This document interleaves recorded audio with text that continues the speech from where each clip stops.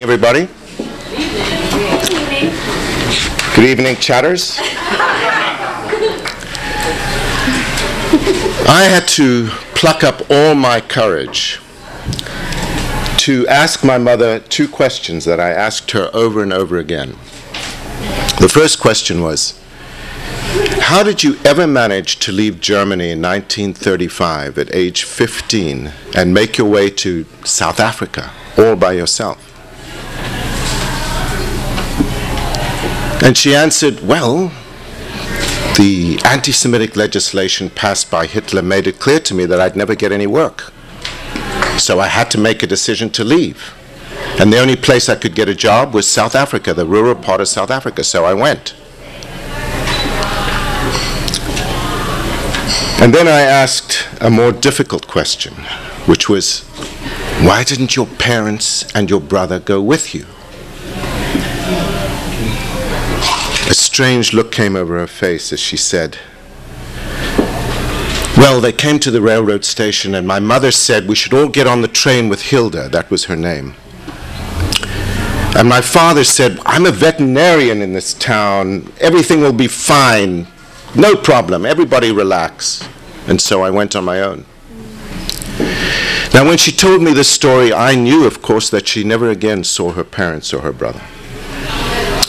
And that look that she gave me was complicated. I couldn't interpret it as a kid, but I did understand one thing from it, which was this: let's not talk about this any further. And so I didn't. But that's the reason I had to keep plucking up courage to ask those questions. So I grew up in Johannesburg, South Africa, as part of a German Jewish community. It was warm, embracing community. We met every week. And among the people in this community was an older couple named Herbert and Mariana, who we all doted upon their two delicious golden cocker spaniels named Psyche and Eros, named after the first and perhaps the greatest love story ever told. One day, Psyche and Eros had a litter of puppies, and we got to take one of them home, and we named her Honey. And Honey was delicious in many more ways than just because she was such a delicious golden brown. Among other things, when I rode my bike home from school, she would come pelting out of the house, and she had a way of lifting up her upper lips that clearly indicated that she was laughing. She was laughing with pleasure at seeing me. Now, I used to think that Honey was unique in this regard, but it turns out lots of dog owners know that dogs smile and laugh. You can see it on YouTube, you know, lots of pictures there. And then Honey would sort of pour herself into my arms, and for 10 minutes we would just take great pleasure in each other. It was a different scene when my father came home. You know, I'd run out with the same spirit, and then I'd see his crestfallen, sort of depressed face, and I would grab the newspaper and look up the cricket scores.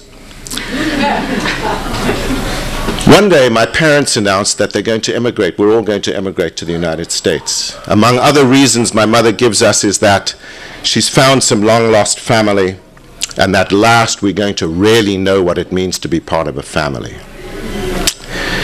2 weeks prior to our departure, a strange car drives up our driveway. A strange couple comes out. Why are they here? They're taking Honey away. It had never occurred to me that Honey was going to be taken away. That was not part of this deal. So I'm standing there, transfixed. They're carrying Honey to the car. In the last moment before she disappears, she gives me a look. She looks directly at me. And that look, all I could read in it was reproach and dismay. It was as if she was saying, how can you do this to me?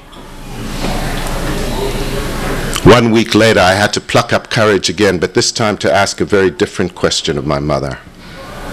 Mom, what's happened to Honey? That look again. Honey's run away. And no one can find her.